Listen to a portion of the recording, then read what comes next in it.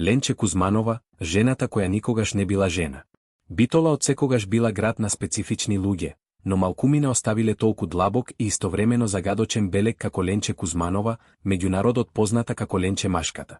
Нејзиниот живот беше толку несекојдневен што дури и весниците ја опишуваа како личност која живее меѓу два света, насловувајќи ја нејзината сторија, жената која никогаш не била жена. Препознатливиот стил и пркосот кон судбината. Ленче не можеше да се помеша со никој друг. Нејзиниот заштитен знак беа панталоните, беретката и големиот машки сат на зглобот. Едната рака постојано ја држеше во џебот, каде што покрај фотоапаратот го криеше и својот препознатлив чакмак во форма на пиштолче. Иако низ градот кружеле разни верзии за нејзиниот изглед, вистината била многу посурова. Во 1947 година, по преселбата од Грција во Битола, нејзиното семејство западнало во тешка сиромаштија. Немајки пари за основна облека, Ленче еден ден облекла панталони наместо фустан. Кога нејзините другарки почнале да ја исмејуваат, таа од инает и револт одлучила дека панталоните ќе бидат нејзиниот избор до крајот на животот, ветувајќи дека нема да се преоблече ниту на овој, ниту на оној свет.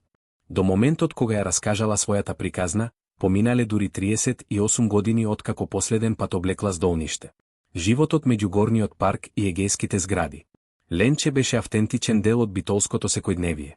Живееше на улицата Страшо Пинџур кај горниот парк, во близина на училиштето Стив Наумов, но подоцна нејзин дом беа и егејските згради кај болницата, каде што живееше во 8-миот влез на 5-тиот кат.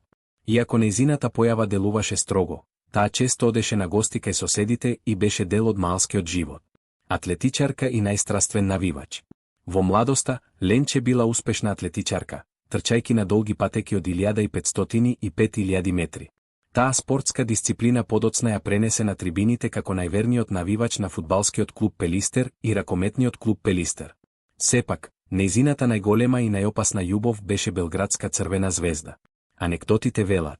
Забрането беше оа звезда, ако некој се осмелеше да ја испровоцира или да го спомене партизан, Ленче веднаш влегуваше во акција, бркајки ги провокаторите низ целиот стадион, неретко и со камења во рацете. Осаменоста на една легенда. Зад строгиот навивачки дух и машките манири се криела длабока осаменост. Својот 70-ти роденден го дочекала сама во својата гарсониера, без торта и цвеќе.